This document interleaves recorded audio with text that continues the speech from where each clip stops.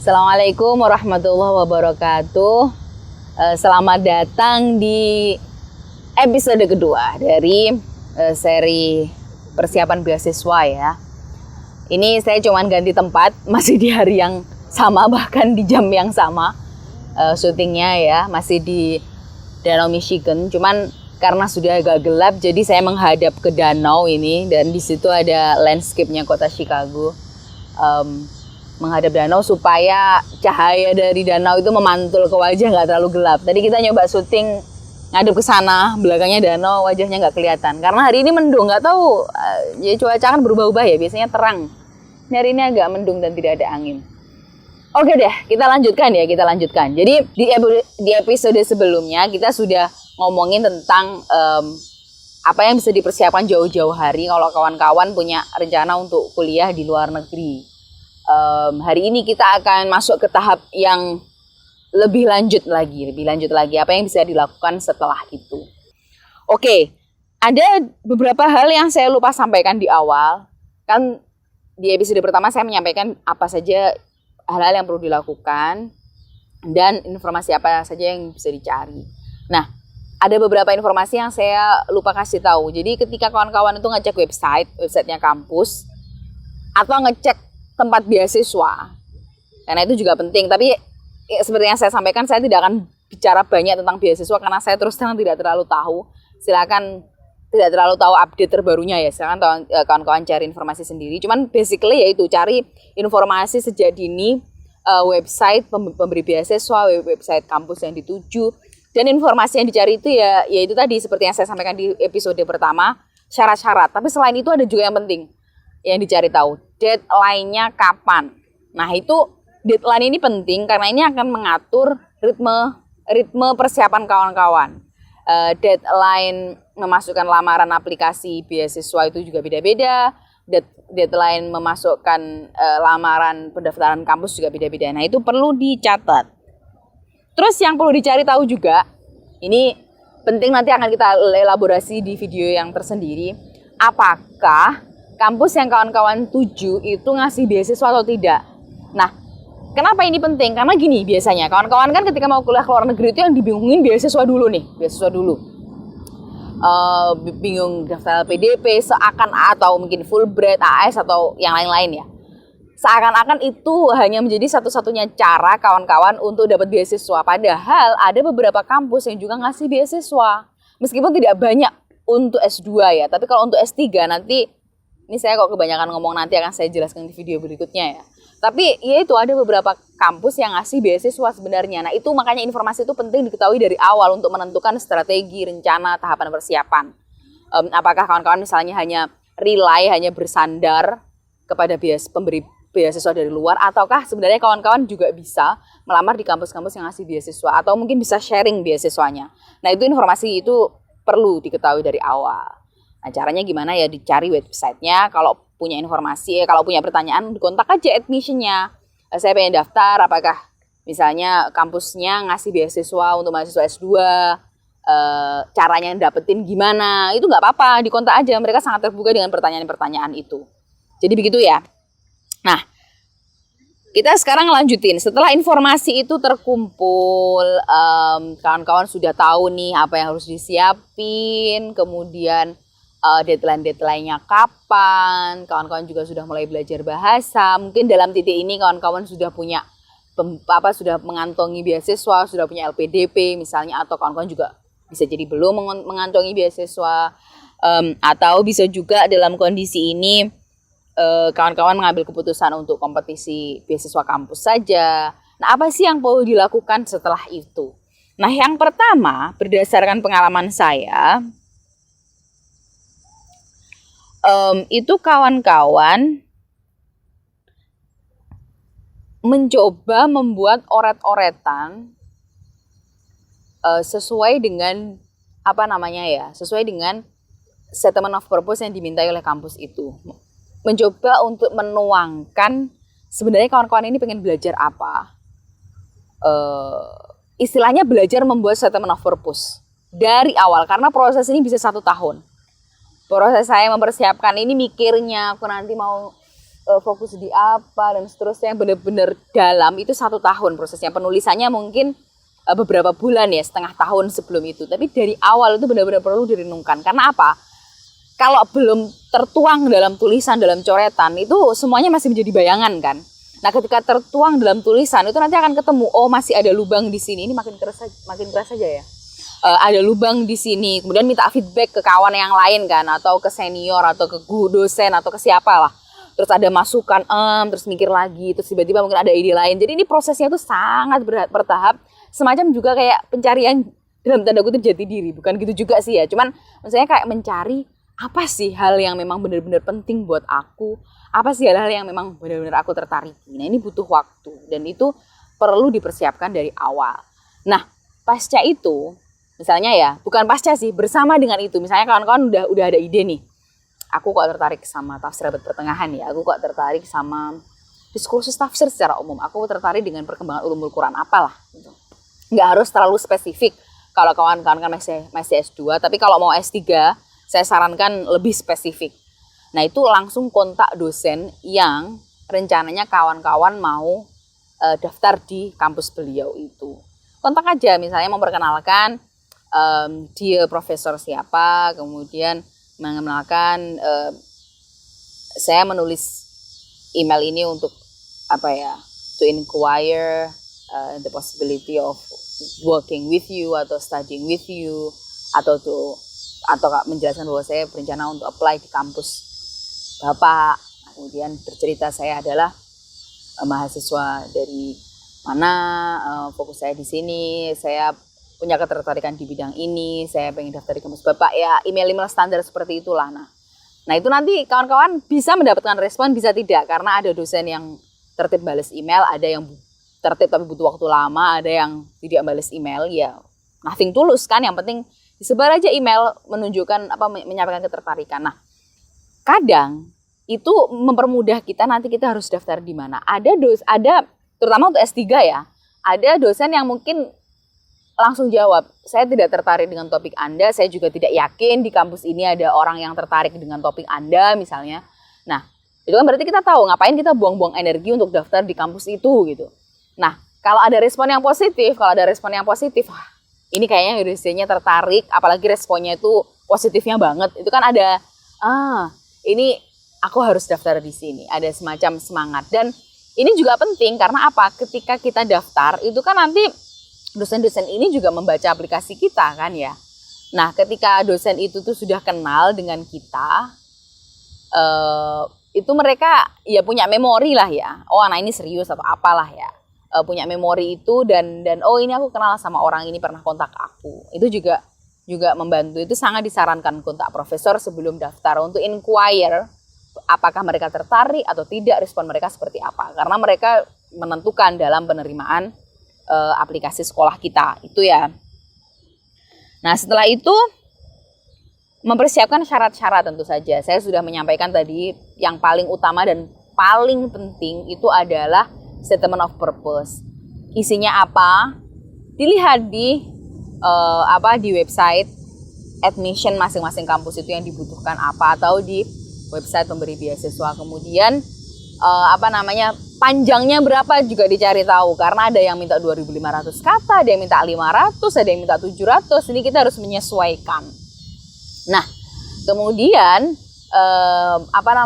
kawan-kawan juga kalau pengen tahu statement of purpose yang baik gimana, Google aja sampel statement of purpose untuk bidang religion misalnya atau humanities. Nah, itu bisa dicari online, dan dari itu kawan-kawan bisa belajar, oh yang menarik itu gimana sih, sejauh apa saya bisa menyampaikan unsur personal ke dalam statement of purpose saya. Yang pasti statement of purpose ini tidak bisa semacam mindahin CV, jangan sampai itu.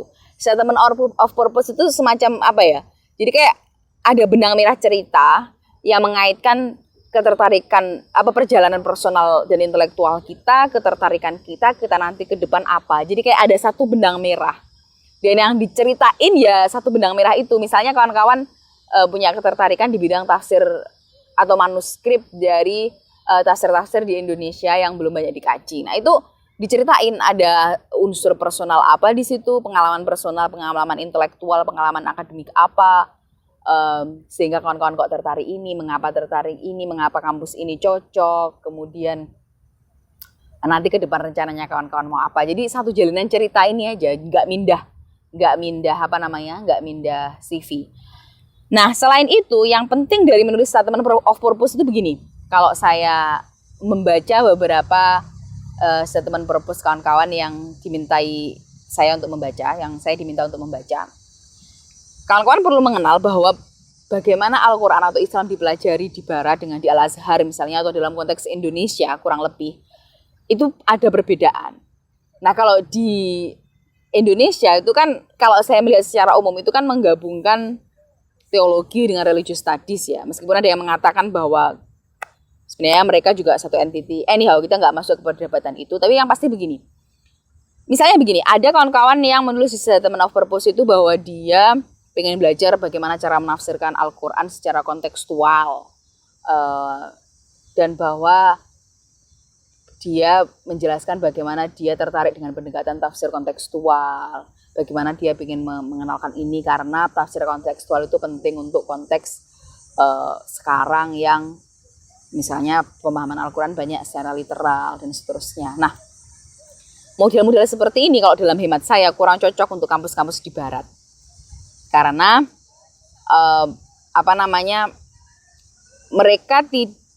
cara mereka belajar secara umum ya, bagaimana agama Islam Al-Quran dipelajari itu tidak dalam perspektif pengiman atau penganut, bukan kerja-kerja konstruktif atau kerja-kerja tafsir melahirkan pemikiran-pemikiran baru dalam keagamaan, memberikan pemikiran-pemikiran baru keagamaan, bukan di titik itu. Tapi misalnya pertanyaannya begini, bahwa misalnya terkait dengan tafsir kontekstual, lebih baik begini menjelaskannya, bahwa para intelektual itu memberikan tawaran-tawaran tafsir yang baru di dunia modern. Nah, saya ingin mengkaji bagaimana ijtihad atau pemikiran-pemikiran yang dilahirkan oleh para pemikir-pemikir modern kontemporer ini. Apa saja perbedaannya? Apakah masing-masing negara misalnya punya karakteristik? Apakah mereka menggunakan tradisi untuk direvitalisasi atau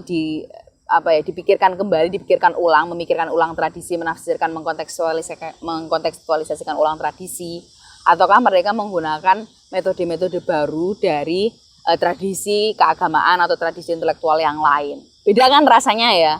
Yang awal kan kawan-kawan pengen menjadi seorang ulama keagamaan ya, melakukan kerja tafsir. Yang kedua kan kawan-kawan sebagai peneliti. Nah, posisikan diri kawan-kawan dalam statement of purpose itu, ketertarikan kawan-kawan itu memposisikan kawan-kawan sebagai peneliti. Dalam hemat saya itu penting. Nanti karena di sini memang kita melihat agama sebagai sebuah fenomena sosial, fenomena historis, fenomena antropologis dan seterusnya ya. Jadi posisikan kawan-kawan sebagai seorang peneliti dalam hal ini. Itu penting. Kemudian CV. Nah, CV itu juga tidak harus dimasukkan semuanya. Kemarin saya sempat membaca CV seorang kawan itu menuliskan cerita pengalaman kerja menjadi waitress di kafe. Sedangkan dia mau daftar beasiswa atau dia mau daftar ke kampus, kan itu sama sekali tidak relevan. Tidak segala hal itu bisa dimasukkan. Nah, ini perlu strategi juga, gimana kawan-kawan berpikir apa yang bisa dimasukkan, apa yang tidak. Transkrip tentu saja sudah jelas ya. Sample writing ini juga penting kalau di konteks Amerika. Mereka akan minta contoh tulisan kita karena mereka pengen tahu kita ini bisa nulis secara akademik atau tidak. Tuh. Nah, kalau kawan-kawan menggunakan memberikan sampel writing, yaitu pastikan tulisan ini itu mendekati gaya-gaya jurnal-jurnal yang memang menjadi rujukan luas dari para intelektual ini. Misalnya Journal of Quranic Studies, itu yang paling sering kita kenal kan ya kalau dalam konteks ilmu Al-Quran dan tafsir. Carilah jurnal-jurnal itu, tulisan-tulisan yang bagus, ada argumen bagaimana membuat introduction, bagaimana membangun argumen tulisan. Ya kalau dari S1 ke S2 tidak harus perfect lah ya. Tapi kalau dari S2 S3 itu disarankan sudah punya argumen yang kuat. Bahkan ketika masih S1 ke S2 ya coba-cobalah berani-berani bikin argumen gitu. Nah, itu perlu disiapkan dari awal, pastikan paper ini dibaca oleh banyak orang sehingga bahasanya, kalau bahasanya itu bagus, kalau perlu dimintai tolong baca native speaker biar bahasanya itu benar-benar matang gitu. Dan usahakan pakai rujukan-rujukan primer, karena ini penting untuk menunjukkan kita bisa bahasa apa saja. Misalnya kalau kalian mengkaji tafsir ya, baca rujukan-rujukan primer yang banyak, menunjukkan bahwa kawan-kawan sudah berdialog dengan buku-buku ini gitu. Dan bisa mengakses buku-buku ini dalam bahasa Inggris ya dalam bahasa Inggris yang asli, dan seterusnya. Kemudian rekomendasi. Nah, Samara sama suaminya Profesor Ismail Fajri Alatas yang ngajar di NYU, itu kan bikin akun YouTube juga, Samara and the Professor ya. Ada satu episode itu Bib Aji bercerita tentang ya syarat-syarat daftar gitu. Nah, ada yang beliau bercerita punya pengalaman gini. Jadi orang Indonesia kadang kalau minta rekomendasi itu ke orang penting, ke misalnya rektor atau ke menteri atau ke gubernur atau ke apa, itu sama sekali tidak bermakna. Karena surat rekomendasi yang diminta di sini itu benar-benar dari orang yang tahu kawan-kawan, yang bisa menjelaskan kawan-kawan ini kelebihannya apa, kekurangannya apa, ketertarikannya apa, bagaimana kawan-kawan itu kepribadiannya, apakah bisa kerja teamwork, apa orangnya menyebalkan gitu, apakah orangnya friendly, bisa kerja teamwork, pekerja keras, tidak mudah putus asa. Jadi kualitas yang bisa menjelaskan kualitas-kualitas personal dan tahu betul kawan-kawan yang ikut berproses. Makanya menurut saya yang lebih baik ya pembimbing atau dosen yang kawan-kawan dekat, sering bertukar pikiran. Jadi itu kunci rekomendasi itu cari orang yang benar-benar bisa menjelaskan kawan-kawan secara positif dan dalam tanda kutip agak lebay ya. Karena di sini gaya bahasanya kan memang sangat encouraging ya kalau statement of purpose itu. Saya kemarin beruntung dapat statement of purpose itu dari dosen-dosen saya dan semuanya itu alhamdulillah sangat support. Sampai ada salah satu kampus itu yang bilang surat rekomendasimu sangat kuat. Karena saya tahu bagaimana ya beliau itu benar-benar serius mensupport saya. Jadi tulisannya mungkin agak, kalau saya baca mungkin malu ya, kayak ngerasa kok berlebihan. Cuman memang begitu, harus benar-benar ditonjolkan kelebihan kita supaya kita diterima. Kemudian masalah TOEFL dan GRE sudah saya sampaikan tadi ya, masalah bagaimana persiapan itu. Saya kira itu ya. Jadi tadi di episode pertama kita sudah menjelaskan bagaimana apa yang perlu disiapkan dari awal. Kemudian ini kita sudah masuk nih, kawan-kawan sudah tahu nih syarat-syarat dan apa yang bisa dilakukan dari awal terkait dengan syarat-syarat itu.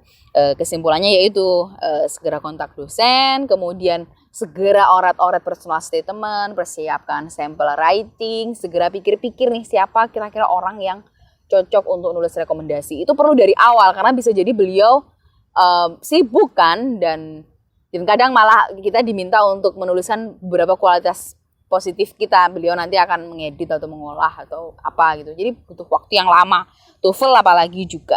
Jadi saya kira itu, sampai bertemu di episode berikutnya. Nanti kita akan ngobrolin tentang bagaimana mendaftar itu sendiri. Stay tune. Terima kasih sudah mendengarkan. Semoga bermanfaat. Assalamualaikum warahmatullahi wabarakatuh.